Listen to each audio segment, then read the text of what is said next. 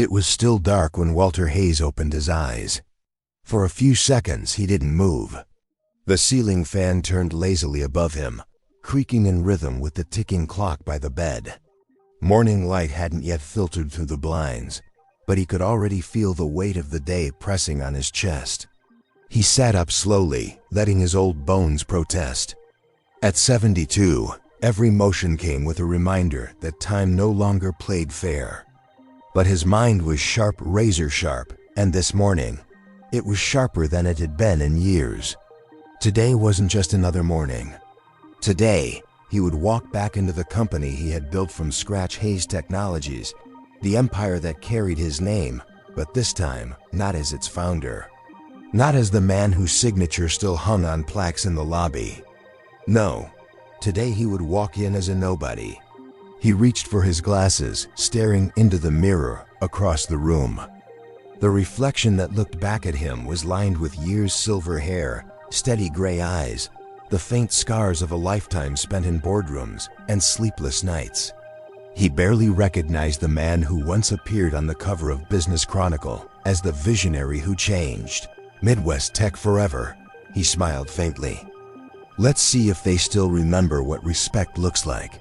In the corner of his bedroom sat a gray wool jacket, a cheap pair of jeans, and scuffed shoes that didn't belong to a millionaire. He had bought them at a discount store 2 days ago. The disguise wasn't about fooling security, it was about revealing truth. For years, he'd suspected the company had lost its heart. He'd seen it in the tone of emails, the sharpness in his son's voice during investor calls, and the steady trickle of complaints from former employees. The numbers were fine, profits soared, but the soul? Gone. He buttoned the jacket, slipped a worn baseball cap over his white hair, and took a deep breath. Time to see what my name really means to them now, he murmured. The morning train into Chicago was half empty, a metallic heartbeat rumbling through the suburbs.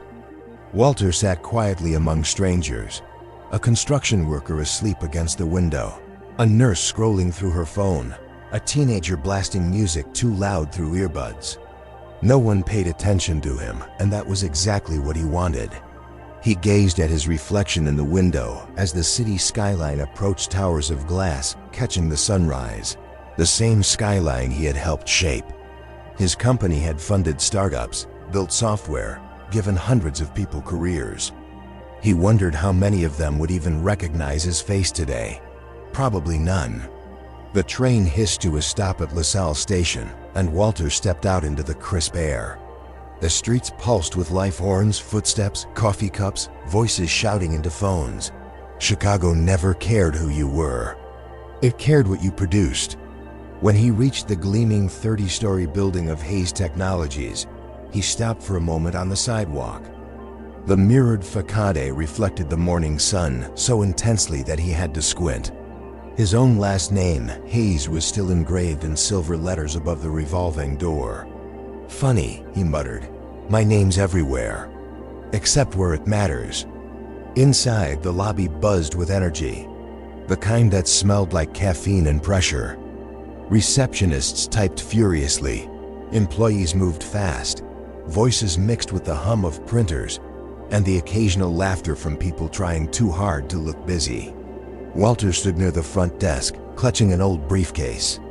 The receptionist, a young woman with bright nails and a sharp voice, didn't even look up. "Good morning, sir. Do you have an appointment?" She asked mechanically. "I just wanted to ask about your investment programs," he said, keeping his tone mild. She sighed. "Sure thing. You can take a seat over there. Someone will assist you." Her eyes never met his. Walter nodded politely and shuffled toward the waiting area, pretending not to notice how a few employees glanced his way, whispering. His shoes squeaked slightly on the marble floor. Every step seemed to echo louder than it should. He sat down on a sleek, cold chair and waited. A few desks away, Melissa Turner, the floor supervisor, stood like a statue in heels. She was in her late 30s, all precision, sharp suit, sharper voice. Her expression was the kind that made people shrink without realizing it. "Who's the guy sitting over there?" She whispered to one of her team members, tilting her chin toward Walter. "Dunno," the young man replied with a smirk.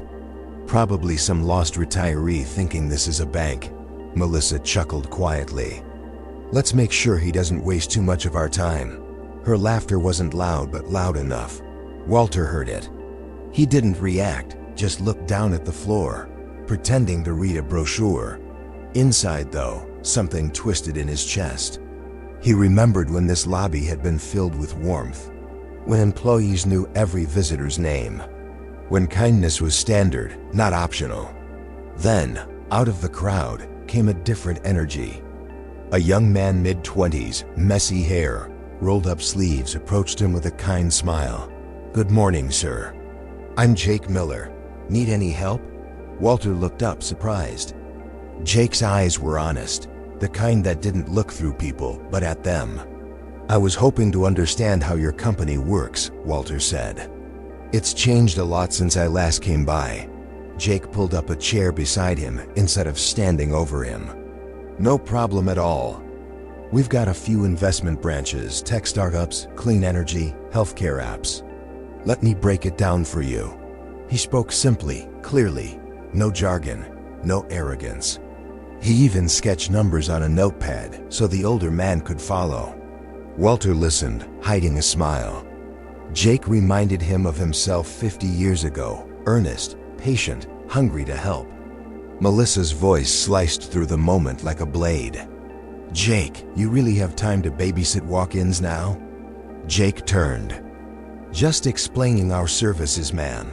She crossed her arms. "We have real clients to handle. Don't waste company time on someone who clearly doesn't belong here." Jake's jaw tightened, but he stayed calm. "Everyone deserves the same respect, Melissa. You taught us that during training, remember?" Her fake smile didn't reach her eyes. "Cute. Just get back to your desk before I find someone who remembers what deadlines are." Walter stayed silent. He could feel the sting of humiliation, but it wasn't for himself. It was for the company he'd built with his bare hands. Jake hesitated, then gave him an apologetic look. "I'll be right back, sir." As Jake walked away, Melissa muttered under her breath, loud enough for nearby desks to hear. Next time he wants advice, he can call his grandson for tech support. Laughter rippled across the floor. Walter's fingers tightened around his briefcase. He inhaled deeply, forcing himself to stay composed. Let them laugh. Tomorrow, the truth will speak louder. He spent another hour wandering through the office, pretending to be lost. Most employees ignored him. Some looked at him like he was in the wrong building. Only one person offered to guide him, a cleaning lady, who smiled and said softly, "Don't worry, honey. Folks here move too fast to notice anyone." By noon, Walter had seen enough. The company's sleek glass walls and designer chairs hid something rotten, something far worse than inefficiency. They had lost the humanity that once made the Hayes name stand for trust. As he reached the elevator, Jake caught up to him again. "Hey sir, I'm sorry about earlier," Jake said. "Not everyone here's like that. Some of us still care."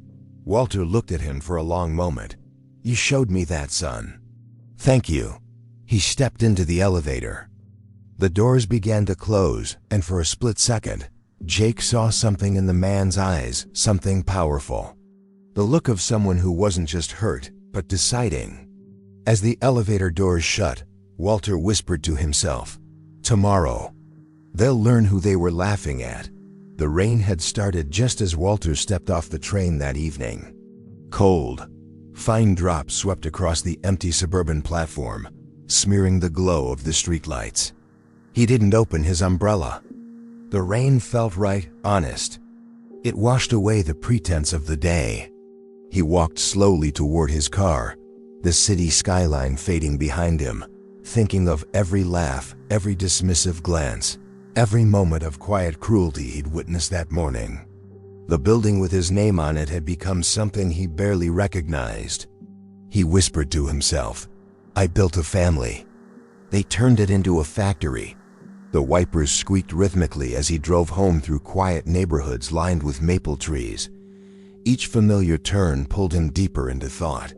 He remembered the first day Hayes Technologies opened, a small office above a bakery, one computer, one desk, and a dream to build something meaningful. He remembered the smell of burnt coffee, the sound of his wife's laughter echoing through those early days when she believed in him more than anyone. She was gone now, 10 years, but he could almost hear her voice in the passenger seat. "Don't let what you built lose its soul, Walt." He clenched the steering wheel tighter. "Guess I failed you there, Margaret," he murmured. The Hayes residence sat on the edge of a quiet cul-de-sac, surrounded by tall oaks and the faint hum of crickets. The mansion was large, but Walter never liked the size of it. He preferred the guest house in the back, smaller, quieter, humbler. That's where he'd lived since retirement. His son, Ethan, had insisted on taking the main house when he became CEO. Walter didn't mind. At least he hadn't until today. When he walked through the side door, the smell of roasted coffee hit him. Ethan was home early, a rare thing. His son stood by the counter, sleeves rolled up, talking on the phone with his usual blend of charm and confidence. Yes, I know the quarterly numbers look good, but we can push higher. I'll approve the overtime. People can rest after launch week." He laughed lightly, hung up, then turned, his smile fading when he saw his father, soaked to the bone. "Dad? What on earth? Why didn't you call for a driver?" Ethan grabbed a towel, but Walter waved it off. "I needed the walk." His voice was quiet, heavy. "I went downtown today." Ethan frowned, confused. "Downtown? For what?" Walter looked at him for a long moment before answering. "To visit our company." Ethan's expression shifted instantly, cautious now. "What do you mean, visit?" "I walked in. As a stranger." The silence that followed was sharp enough to cut through the rain still pattering on the windows. Walter continued, his tone low but unwavering. "I sat in our lobby for 2 hours, Ethan. No one looked at me. No one cared. One of your supervisors laughed at me for being old. Said I should ask my grandson for help." Ethan's face drained of color. "Melissa," he said under his breath. Walter's jaw tightened. "So you know her?" Yes, she's tough, but she's efficient. She's cruel." Walter's voice cracked like thunder. "And she's not the only one. I saw how people treated each other. No warmth, no kindness, just fear. I saw what my company has become." Ethan tried to steady his tone. "Dad, things are different now. The industry's ruthless. We can't afford decency." Walter cut him off sharply. "Since when did humanity become a liability?" The younger man flinched. For a moment, Ethan didn't look like a CEO. He looked like a son again, cornered by the truth. He rubbed his forehead. "I didn't know it was that bad," he said quietly. "I knew morale was low, but..." "Low?" Walter laughed bitterly. "They kicked me out, Ethan. They called security on me. In my own building." The words hung in the air like smoke. Ethan lowered his eyes. "Dad, I'm sorry. I swear, I didn't know." Walter sank into a chair, exhausted. His wet jacket clung to him, but he didn't care. "I didn't go there to humiliate anyone," he said softly. "I went there because I wanted to see if it still meant something. I wanted to know if the heart I put into that place was still beating, but it's not. It's gone." He paused, staring out the kitchen window at the rain running down the glass. "All I saw today was arrogance wearing nice suits." Ethan poured 2 cups of coffee and placed one in front of his father. "We can fix this, Dad. I'll talk to Melissa, review the management." Walter raised a hand. "No." His voice was calm again, but colder now. "This isn't about one person. It's about the culture you allowed to grow. About the disease in the walls." Ethan's shoulders sank. "Then what do you want to do?" Walter stared into his cup, the steam fogging his glasses. He didn't answer immediately. The sound of rain filled the silence. When he finally spoke, it was slow, deliberate. "Tomorrow, I'm going back." Ethan blinked. "Back? You mean, as myself?" Walter interrupted. No disguise, no games. I'm walking in as the man who built that company. And I'm not leaving until I've put it back on the right path. Ethan leaned forward. Dad, that's risky. You know how rumors spread. The board will panic investors. I don't care about the board, Walter snapped. Then, quieter, I care about the people. The good ones who still believe in what we stood for. He looked up, eyes burning with resolve. There's one young man there, Ethan, Jake Miller. Treated me with respect when everyone else laughed. Reminded me of myself. Of who I used to be. Ethan nodded slowly. I know him. He's an analyst. Quiet, hardworking. Not the type people notice. Walter smiled faintly. Exactly, which is why I noticed him. Tomorrow, I'll make sure the world does too. The rain eased outside, leaving the sound of distant thunder rolling across the horizon. Ethan stood by the window, arms crossed, lost in thought. What are you planning, Dad? He asked finally. Walter rose from his chair, the strength returning to his posture. A lesson. One they'll never forget. Ethan hesitated. You mean punishment? No, Walter said. Education. The kind that changes people. The kind that hurts enough to heal. He placed a hand on his son's shoulder, firm, grounding. You wanted to prove yourself as a leader, Ethan. Tomorrow, we both will. You'll see what real leadership looks like. Ethan swallowed hard. Then I'll stand by you. Walter nodded, turning toward the hall. Good, because tomorrow we remind them who Hayes really is. That night, Walter couldn't sleep. He sat in his small study, the one lined with framed patents and photographs from the early years. His wife's picture sat on the desk beside a small brass plaque engraved with his company's first motto. Build with integrity, lead with heart. He touched the edge of the plaque, whispering, We lost our heart, Margaret. But I'll find it again. The house was quiet except for the distant hum of the city.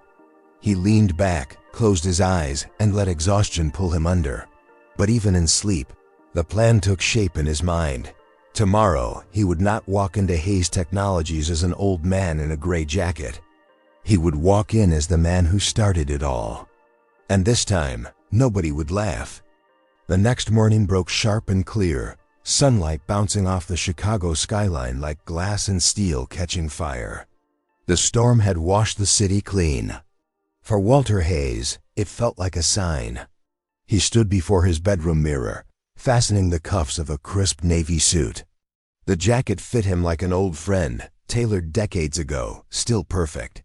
His silver hair was neatly combed back, and a quiet, unshakable confidence radiated from his eyes. He wasn't the invisible old man from yesterday anymore. He was the man whose name was carved in the building's stone. And today, that name would speak for itself. On his desk lay 2 envelopes, one white, one blue. He slipped both into his briefcase carefully. The white one held a letter of termination. The blue one, something far more merciful, but just as unforgettable. When he stepped outside, Ethan was waiting by the car. You sure about this? His son asked, adjusting his tie. Walter smiled faintly. I've never been more sure of anything in my life. The driver opened the door, but Walter shook his head. Not today. I'll walk in myself. The lobby of Hayes Technologies had never felt so tense. It began as a whisper. Someone spotted him crossing the marble floor. Then another voice joined, and another, until silence spread like a wave. Phones stopped ringing. The receptionist, the same one who had ignored him yesterday, froze mid-sentence. Walter's steps echoed through the room like distant thunder. He carried himself with quiet authority, not arrogance, the kind that didn't need to be proven. Melissa Turner looked up from her desk and felt her stomach twist. She tried to smile, failed. Mr. Hayes, good morning, sir. I didn't know you were. You didn't, Walter interrupted calmly. But that's all right. We'll have time to talk. Her face flushed. Around them, curious faces began to emerge from cubicles. The man they had mocked, whispered about, and laughed at the day before now stood in front of them. Unrecognizable, powerful, and very, very real. Is that? Someone whispered. Yeah, the founder. The actual founder. Melissa forced a nervous laugh. Sir, I think there's been a misunderstanding. Yesterday, if I had known who you were, Walter raised a hand, cutting through her excuses like a blade. You didn't need to know who I was to treat me like a human being. The color drained from her cheeks. He turned away and walked toward her office, the one she ruled like a queen. The door still bore her name, Melissa Turner, Department Supervisor. Walter opened it without knocking and sat behind her desk. His desk, the symbolism wasn't lost on anyone watching. When she followed him inside, trembling, he placed his briefcase gently on the table, opened it, and pulled out the white envelope. This, he said, sliding it across to her, is your termination notice. Her mouth fell open. You can't be serious. He met her gaze, his tone even. You mocked a client. You ordered my removal. You humiliated people who depended on you. You led by fear, not example. He leaned forward. Tell me, Ms. Turner, how does it feel to be on the other side of that? She blinked rapidly, trying to gather herself. Mr. Hayes, please, it was just a misunderstanding. I was under pressure, Walter sighed softly. You were under no pressure to be cruel. That's a choice people make freely. She went pale, realizing there was no escaping it. Then, her voice trembling, so that's it? I'm fired? He reached back into the briefcase, pulling out the second envelope, the blue one. Not quite. She frowned, hesitant, and opened it. Her eyes scanned the page. Confusion twisted her face. What is this? A reassignment? Walter nodded once. Effective immediately. You're being transferred to the facilities department. You'll work on the maintenance staff. Full pay, same benefits. You'll report to the head janitor. The room outside had grown deathly still. You could have heard a paperclip drop. This is humiliating, she whispered. He looked at her with calm eyes that didn't waver. No, Miss Turner, this is education. For years, you've looked down on people who clean these floors, fix the lights, and take out your trash. Now you'll see how valuable they truly are. Her lips trembled, fury and shame fighting for space on her face. You'll regret this. Perhaps, Walter said softly. But you'll remember it. That's all that matters. At that moment, Jake Miller appeared in the doorway, confused by the commotion. When his eyes met Walter's, he froze. Sir, you're… Yes, Walter said, smiling for the first time that morning. I am. The employees had gathered outside, whispering, staring at the scene. Melissa pushed past them, tears burning down her cheeks as two security guards, Hector and Tom, gently escorted her toward the elevators. Mr. Hayes, what do we do? Tom asked awkwardly. Walter's voice was calm but firm. See that she's treated with the respect she never gave others. She starts today. Melissa stopped, turning back one last time. You destroyed my career. Walter met her glare without blinking. You destroyed it the moment you stopped treating people like people. She said nothing. The elevator doors closed, and the lobby remained silent. For the first time in years, that silence wasn't born of fear, but of awakening. Jake stepped forward slowly. Sir, I don't understand. You're really… The founder? Walter nodded. The same old fool you helped yesterday. Jake looked embarrassed, but Walter smiled kindly. Don't be. You were the only one who remembered how to be human. Jake's throat tightened. I just did what anyone should do. Walter placed a hand on his shoulder. That's exactly why it mattered. Ethan arrived just then, having parked in the reserved space out front. He walked in briskly, nodding to employees who instantly stepped aside. Morning, everyone. When he reached his father, the two exchanged a brief, knowing glance. Ethan's expression carried pride, surprise, and quiet support. Walter turned to the crowd and said, Gather everyone in the main conference room in 15 minutes. It's time we had a conversation about what this company stands for. He began walking toward the elevators, leaving a trail of whispering employees in his wake. The nervous chatter filled the air again, but this time it was tinged with something new, guilt, maybe, or anticipation. Jake lingered for a moment, still stunned. He looked toward the doors where Melissa had disappeared, then back at Walter's retreating figure. He could feel something shifting, not just in the company, but in himself. Upstairs, in the executive suite, Walter stepped into his old office. Dust had gathered on the bookshelves, and the photographs on the wall showed younger versions of himself shaking hands, cutting ribbons, standing beside his late wife. He ran a hand along the desk, his original desk, still here after all these years. Then softly, almost to himself, he whispered, "We're home again." Ethan closed the door behind them. "Dad, I have to say, that was something." Walter smiled faintly. Justice doesn't always have to scream. Sometimes it just needs to whisper loud enough for everyone to hear. Ethan leaned against the wall, exhaling. "What happens now?" Walter looked out the window, over the city he had helped build. "Now we find out who's worth keeping." 15 minutes later, the sound system crackled to life. A calm female voice echoed through every floor. "Attention, all employees. Please report to the main conference hall immediately. This is a company-wide meeting, led by Mr. Walter Hayes." Across the building, hearts began to race. As Walter straightened his tie and prepared to walk downstairs, Jake appeared again, hesitant but determined.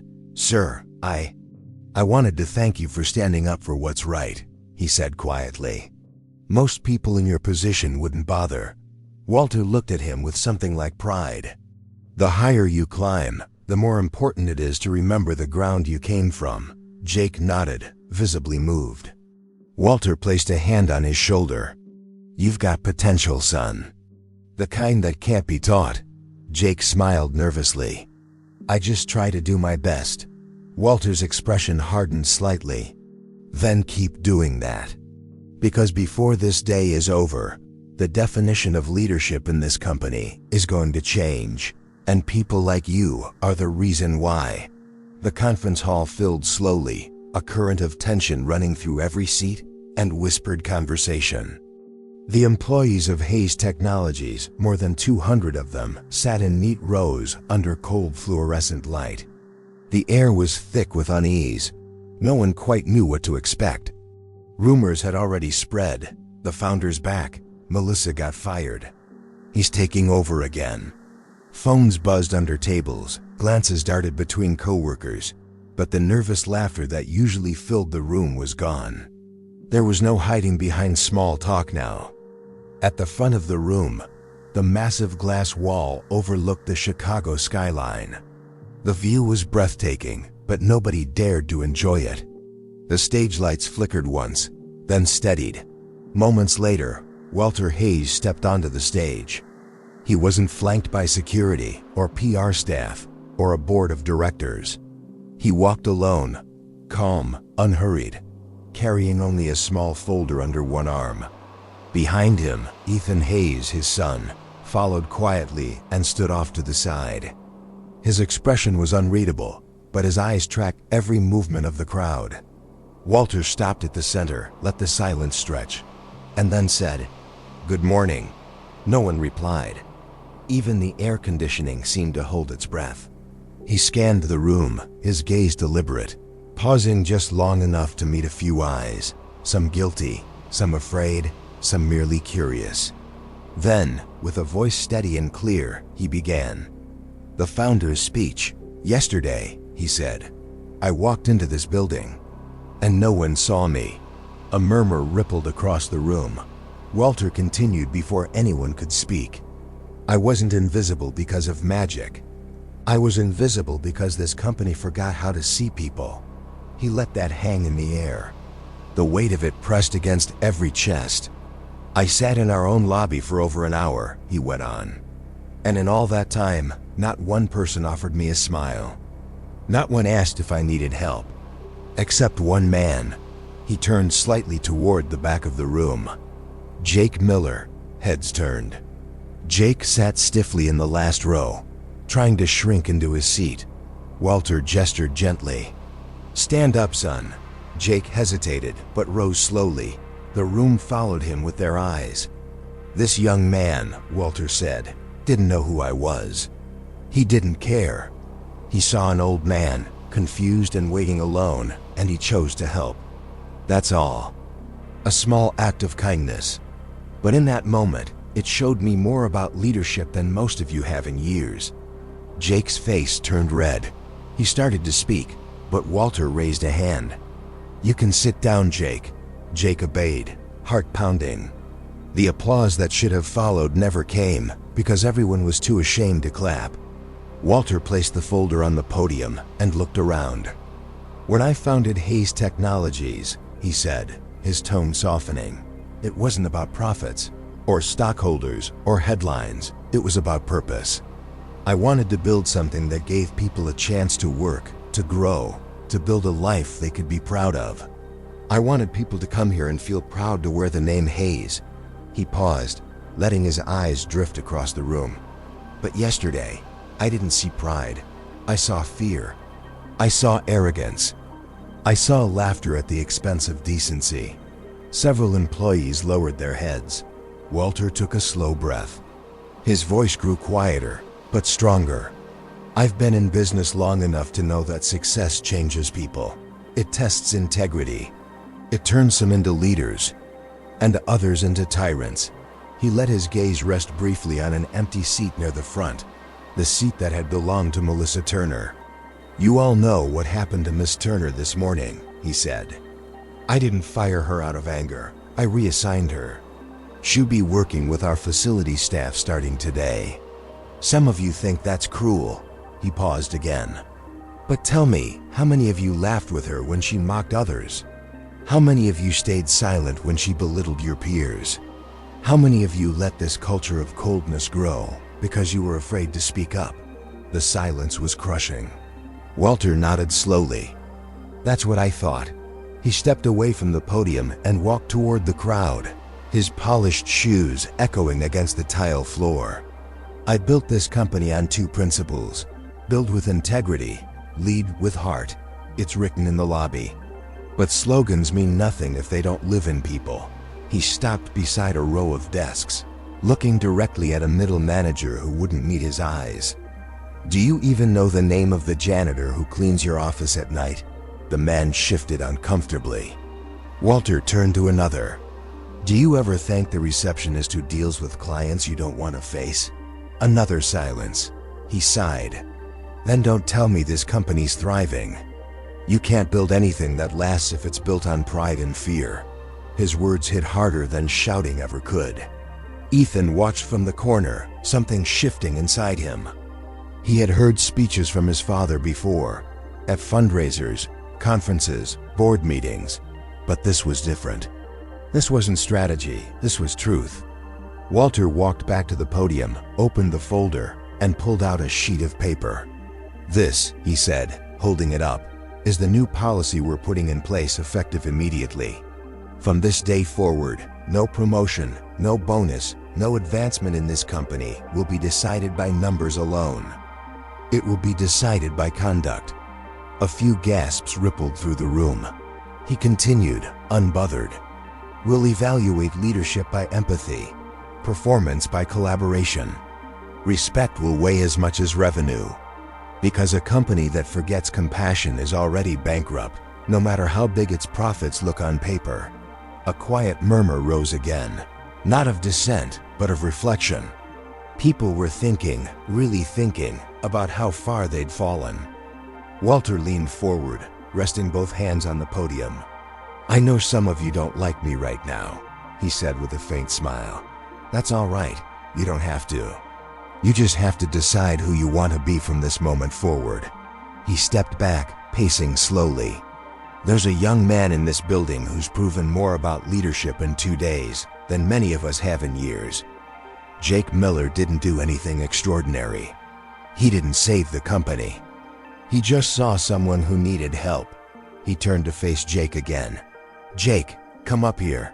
Jake froze. "Sir, Now son," Walter said gently. You've earned this moment. Jake stood, heart hammering, and walked to the front as every eye followed him. Walter placed a hand on his shoulder and turned to the audience.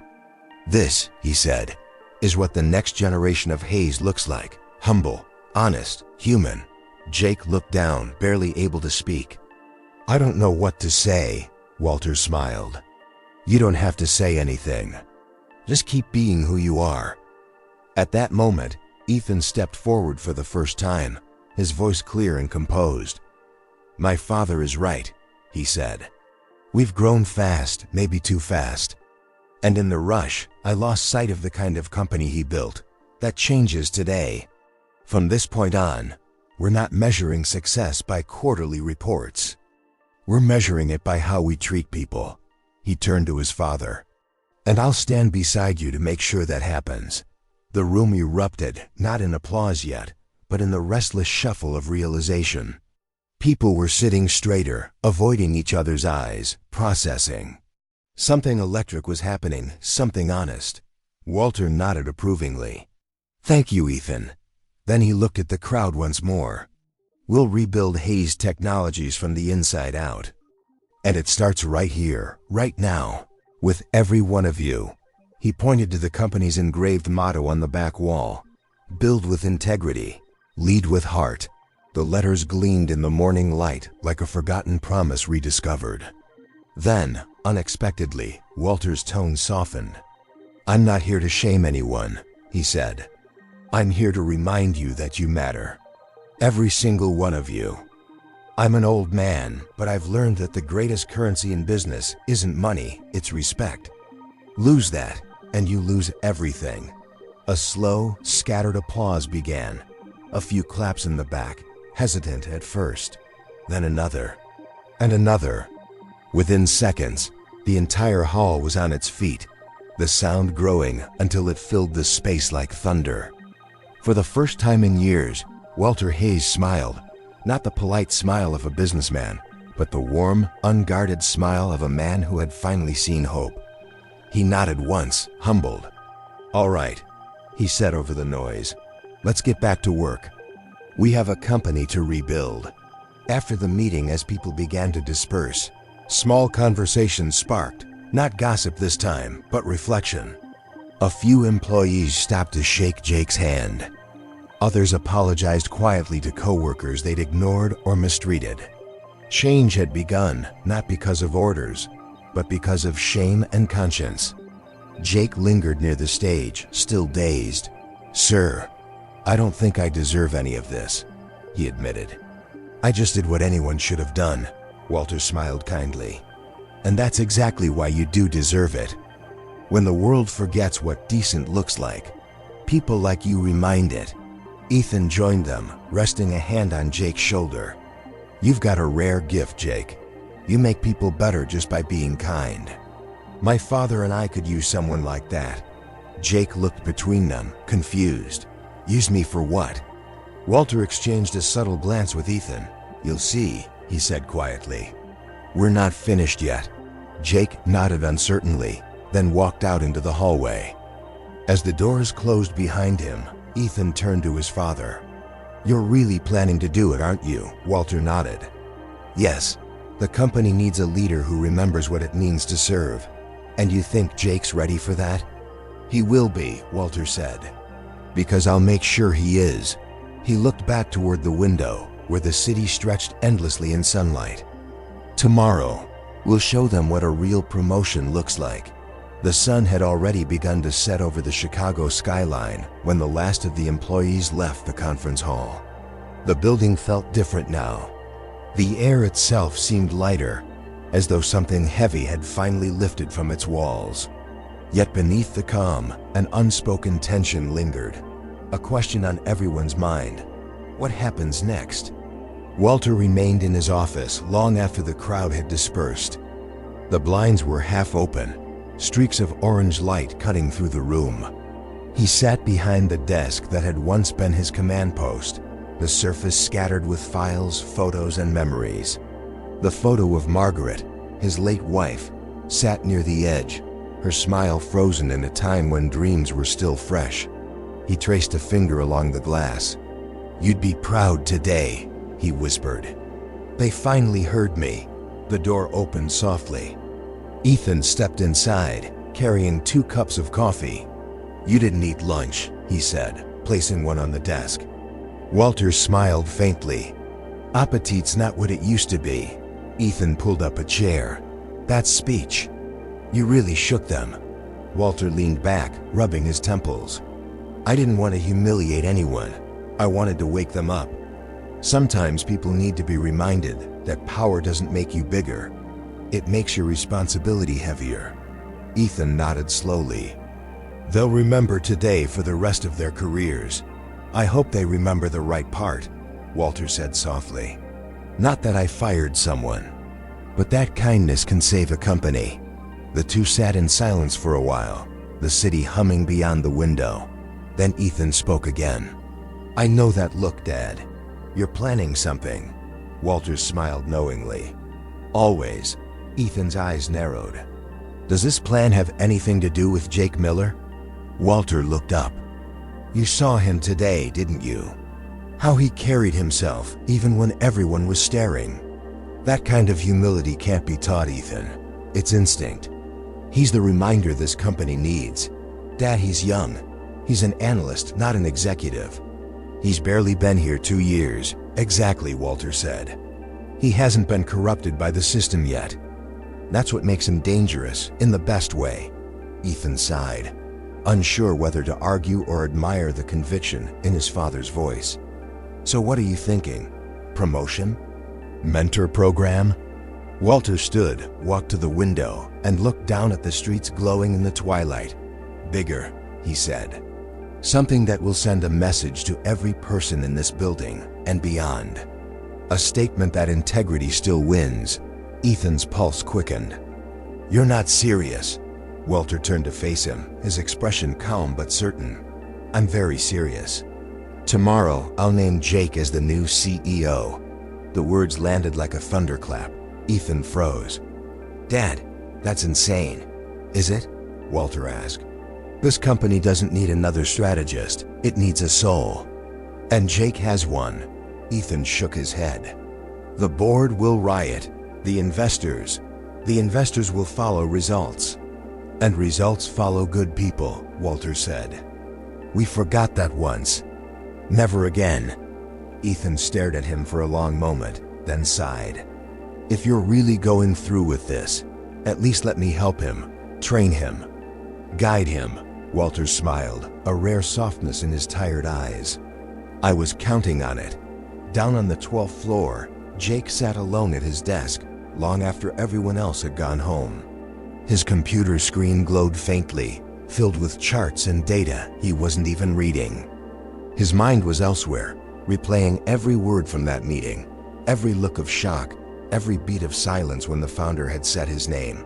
He couldn't make sense of it. Why him? Why would someone like Walter Hayes even remember his face? The elevator chimed softly behind him. He turned and nearly jumped from his seat when he saw Ethan Hayes stepping out, 2 cups in hand. "Late night?" Ethan asked casually, walking toward him. Jake stood quickly. "Mar." "Hey sir, I was just finishing up." Ethan handed him one of the coffees. "Relax, I'm not here to check on your numbers."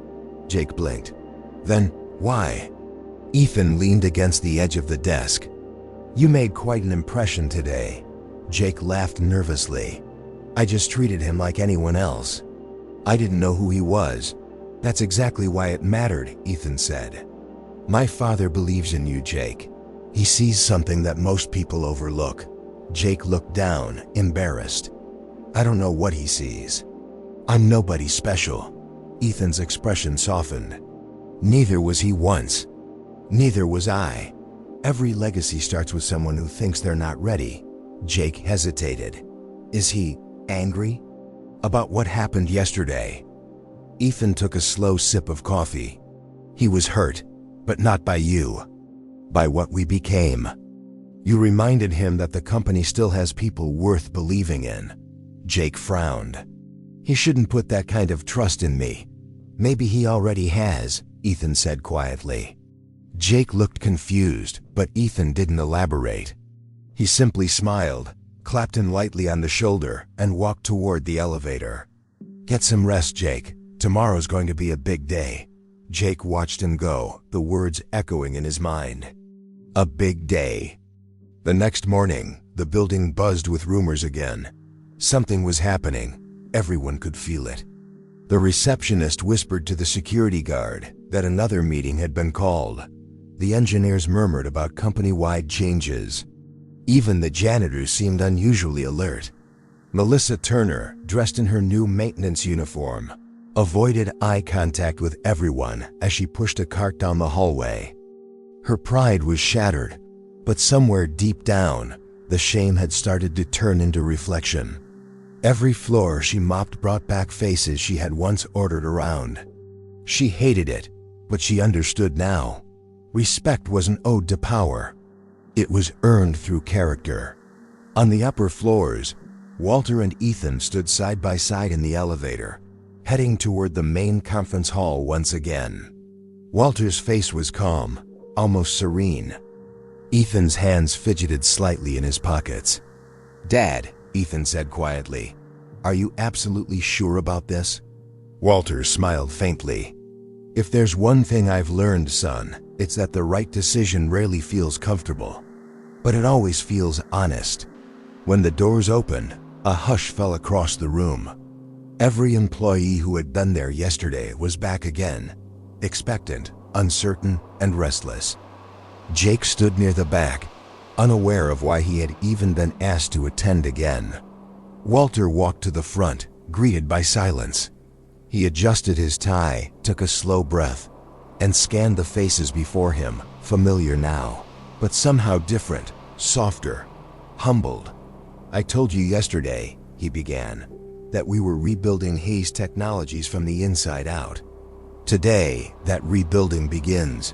He gestured toward Ethan, who stepped forward. "My son and I spent last night discussing how to move forward. We could start with numbers, restructure departments, hire consultants. But none of that matters if we don't start with people." The crowd listened, uneasy but attentive. Walter continued, "So I asked myself, who in this company still carries the spirit that built it? Who shows up every day not for status, but for purpose? Who reminds us what Hayes is supposed to mean?" He paused, and the answer was simple. The room seemed to shrink. Every whisper died. Walter turned toward the back of the room. "Jake Miller," he said. "Come here, son." Jake's stomach dropped. His pulse pounded in his ears as hundreds of eyes turned toward him. He walked slowly down the aisle, each step heavier than the last. When he reached the front, Walter smiled warmly and placed a hand on his shoulder.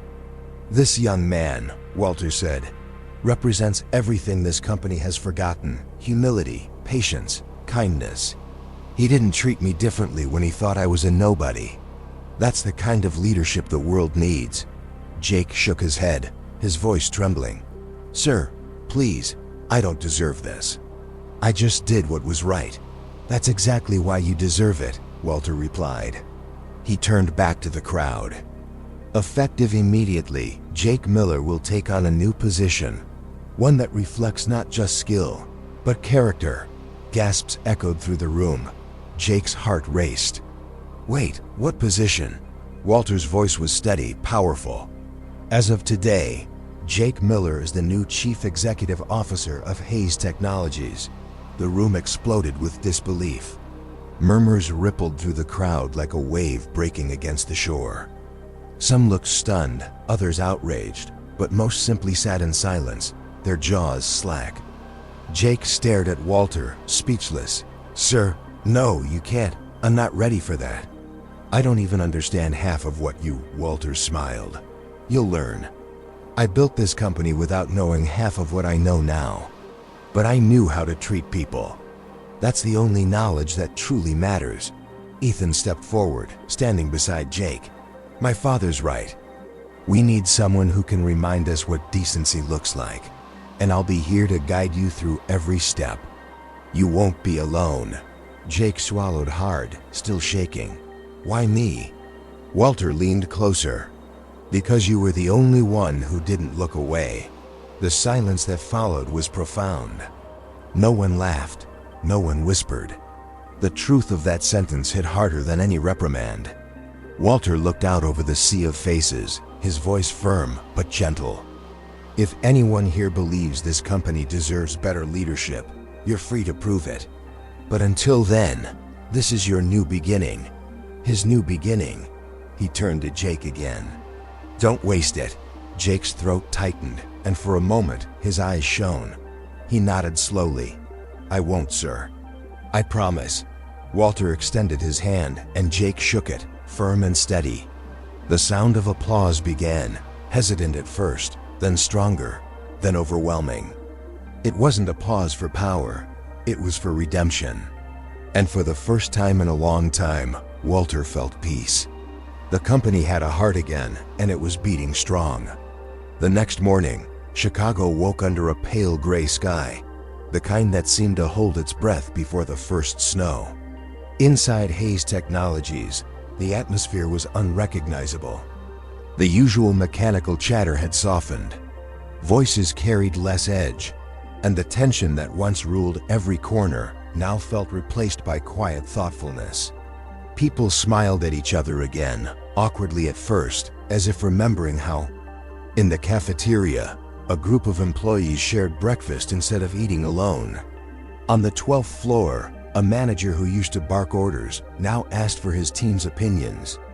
Even the security guards at the entrance stood a little taller, greeted a little warmer. Something had shifted. And everyone knew why. Jake Miller sat in Walter's old chair, the nameplate on the desk freshly engraved. Jake Miller, Chief Executive Officer. He still couldn't believe it was real. The office felt too large, too polished for him. Every few minutes, he expected someone to walk in and tell him it was all a mistake. He had arrived early, before anyone else, to sit in silence and think. He didn't want to fill Walter's shoes. He wanted to honor them. The door opened gently. Walter entered, cane in hand, his movements slower but filled with quiet grace. Settling in? He asked. Jake stood instantly. I'm trying, sir. Still feels unreal, Walter smiled. Good, keep it that way. The day this feels normal is the day you forget what got you here. Jake nodded, his throat tightening. I don't think I'll ever forget. Walter walked to the window, looking out at the city stretching endlessly below. Do you know what I used to see from this view? Jake shook his head. Numbers, Walter said softly. Sales projections, expansion charts. I used to stand here and see nothing but figures. But somewhere along the line, I forgot those numbers represented people. People with lives, families, dreams. Yesterday, when I named you CEO, I saw something I hadn't seen from this window in decades. Jake waited. What's that? Hope, Walter said. And not just mine. For a long moment, neither spoke. The quiet between them wasn't heavy, it was full. Full of understanding, of gratitude, of shared purpose. Jake finally broke the silence. What about you, sir? What happens now? Walter smiled faintly. Now, I go home. Let the company breathe on its own again. Jake frowned. You're retiring? For real this time? I am, Walter said. But I'm not disappearing. You'll see me around, probably giving speeches nobody asked for. Jake laughed softly. Those are the best kind. Walter turned toward him, his expression proud. Lead with heart, Jake. That's all I ask. The rest will take care of itself. Jake nodded. I will. Elsewhere in the building, Melissa Turner was on her knees in the lower-level corridor, scrubbing coffee stains off a tile floor. The mop handle squeaked as she worked, and her reflection wavered in the soapy water. She looked exhausted, but different. The hardness in her face had softened. Her movements were no longer mechanical, but careful, almost thoughtful. The elevator chimed. Melissa looked up, startled. Ethan stepped out, dressed sharply but smiling gently. Morning, Melissa. She froze, unsure how to respond. Sir, she said quietly, standing. If you're here to make sure I'm actually cleaning, Ethan raised a hand. I'm not here to check on you. I'm here to thank you." Her brow furrowed. "Thank me? For what?" "For staying," he said. "Most people in your position would have quit, blamed everyone else, walked away. But you didn't. You stayed to face it." She stared at him for a moment, then looked down. "I stayed because I deserved it. I didn't realize how awful I'd become until I saw myself from the outside. Mr. Hayes was right. Power blinded me." Ethan nodded. "And do you know what that means?" Melissa shook her head. "It means there's still something worth saving," he said quietly. "Redemption isn't given to people who are perfect, Melissa. It's given to people who are willing to change." Her eyes glistened. "Do you think he'll ever forgive me?" Ethan smiled faintly. "He already has." Melissa stood silently for a moment, the words hitting her harder than any punishment ever could. When Ethan left, she sat back down, picked up the mop again, and this time, she cleaned with a kind of dignity she hadn't felt in years. By noon, the company had gathered once more, this time not out of fear or curiosity, but to hear Walter Hayes speak one last time. The lights dimmed slightly as he walked to the front of the same hall where only a day before he had delivered the reckoning that changed everything. But this time, his voice was gentle. "When I started Hayes Technologies, I didn't build it for power. I built it because I wanted to prove that decency could survive in business. Yesterday, I saw proof of that again. Not in profit margins, but in people." He looked at Jake and smiled. "Especially one person." The room followed his gaze. Jake stood awkwardly but respectfully, the weight of the moment heavy on his shoulders. Walter continued, "I'm stepping away today, not because I've lost faith, but because I finally found someone worthy of carrying it forward. A leader who understands that greatness doesn't come from titles, but from compassion." He paused. The silence was absolute. "Leadership," he said, "isn't about being above others. It's about lifting others higher.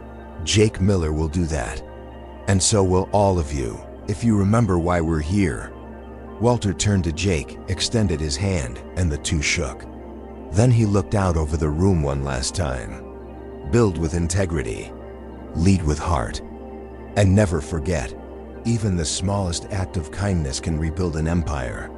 The applause began softly, then grew, filling the hall with something pure, not corporate celebration, but gratitude. People stood, clapping not for authority, but for redemption. Walter took a step back, his eyes moist, his heart light. He looked at his son, who nodded with pride. For the first time in years, Ethan felt like more than a CEO. He felt like his father's son again. When the hall emptied, Walter walked slowly toward the exit, cane tapping rhythmically against the floor. The sound echoed like punctuation at the end of a long story. He reached the lobby doors, paused, and turned once more toward the logo on the wall. Hayes Technologies. He smiled. "Maybe now you finally mean what you were supposed to." Outside, the wind carried the faint chill of winter, but the air felt clean. Walter stepped out into the street, lifted his face toward the pale sky, and exhaled. Not as a man leaving something behind, but as one setting it free. Across the street, Jake watched from the glass window of his new office. He saw the old man walk away into the crowd, steady, unhurried, disappearing among hundreds of strangers. No title, no bodyguards, no attention. Just a man who had given everything and finally received peace. Jake whispered to himself, "Thank you, Mr. Hayes, for believing in me." He turned back toward the room behind him, his company now, where people laughed, talked, and worked with a renewed sense of purpose. The hum of life had returned. For the first time in a long time, the company wasn't just successful, it was alive. That evening, as the last rays of daylight faded over Chicago, Walter sat on a park bench overlooking the river. The city lights shimmered on the water, and for a moment, he saw his reflection there, older, wiser, but content. He thought of Jake, of Ethan, of Melissa. He thought of every person who had rediscovered their humanity within those glass walls. And then he smiled, a small, proud, peaceful smile. Margaret's voice seemed to whisper through the wind. "You did it, Walt. You brought the heart back." Walter chuckled softly. "Maybe I just reminded them where to look." He leaned back, watching the city pulse with light and life. The river rolled on quietly below, strong, steady, eternal. Just like legacy.